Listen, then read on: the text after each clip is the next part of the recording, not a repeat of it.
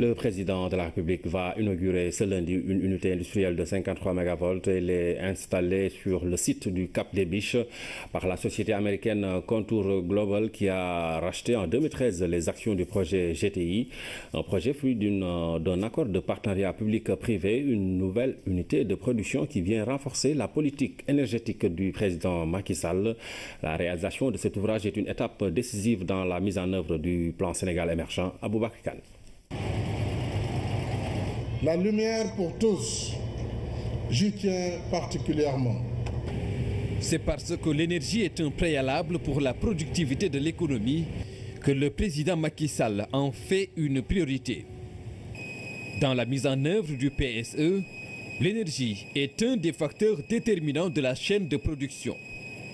Le double objectif pour le chef de l'État est la disponibilité et un coût abordable pour les ménages et supportable pour les entreprises. Après les centrales de Boutout à Ziguinchor, Kawon 2 à Kaolack, Toben Pao à Taïba Ndiaye ainsi que la réhabilitation des centrales C3 et C4 au Cap des Biches, le président de la République va inaugurer ce lundi la centrale de Contour Global. Sa spécificité, des moteurs diesel dual fuel combinés à une turbine à vapeur pour optimiser les coûts de production et améliorer les rendements. Un apport de 53 MW vient ainsi s'ajouter au réseau de Sénélec. C'est une puissance qui est peu coûteuse au plan du kilowattheure puisqu'elle fait partie des centrales de base de notre système électrique. Et cette centrale a été conçue pour être transformable au gaz. Lorsque nous aurons du gaz, dans l'horizon 2020-2022, cette centrale sera transformée pour consommer du gaz et en ce moment-là, le coût du kilowattheure sera encore beaucoup plus bas. Donc elle participe au mix énergétique qui a été voulu par les autorités. Elle est une des centrales les plus compétitives de notre système électrique. Il s'agit d'une centrale de type IPP dans la formule construire, exploiter et transférer. Sur la base des instructions données au ministère de l'Énergie par le président de la République et répercutées à Sénélec qui travaille sur un partenariat public-privé avec de grands groupes, des travaux d'extension sont ainsi entrepris et très avancés. À chacune des centrales devrait s'ajouter 30 MW d'ici la fin de l'année. Mais l'option du chef de l'État est de diversifier les sources d'approvisionnement pour aller vers un mix énergétique.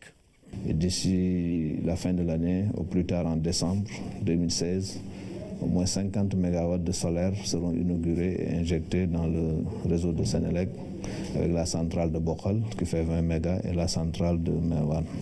Maintenant, avec le solaire, avec les projets d'éolien que nous avons à Taïba Ndiaye pour 150 MW, avec les autres projets solaires qui sont en cours, si tous ces projets sont réalisés, ce serait un bon début pour un mix énergétique compétitif au profit de l'économie du Sénégal, au profit des ménages qui sont demandeurs d'une électricité de qualité et à un moindre coût.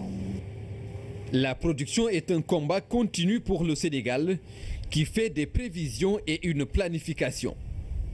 L'objectif étant de satisfaire une demande qui croît avec une moyenne annuelle de 8 à 10%, une planification des besoins en énergie jusqu'en 2035 sur la base du PSE, parce que c'est l'économie qui commande la consommation d'électricité. Nous avons fait ce travail de planification en tenant compte des projets qui sont dans le PSE, notamment les projets qui sont fortement demandeurs d'électricité comme le TR qui va arriver et qui consommera au moins 50 MW. 50 MW, c'est l'équivalent de la centrale que nous inaugurons ce lundi sur le site du Cap des Biches. Et donc, mais sur tous ces projets, le travail de planification permet d'être optimiste. Nous ferons l'effort de gérer les projets pour qu'ils puissent être réalisés dans les délais. C'est un défi, c'est des projets qui sont en cours. Pour le moment, nous n'avons pas de retard particulier sur un projet. Nous espérons maintenir ce rythme-là pour arriver à satisfaire les populations sénégalaises et surtout les entreprises sénégalaises. Le pari de la production est en passe d'être gagné avec ces installations de dernière génération. Il va rester alors celui du transport et d'une distribution équitable pour avoir un maillage du territoire et relever le défi de l'électrification universelle cher au président Macky Sall.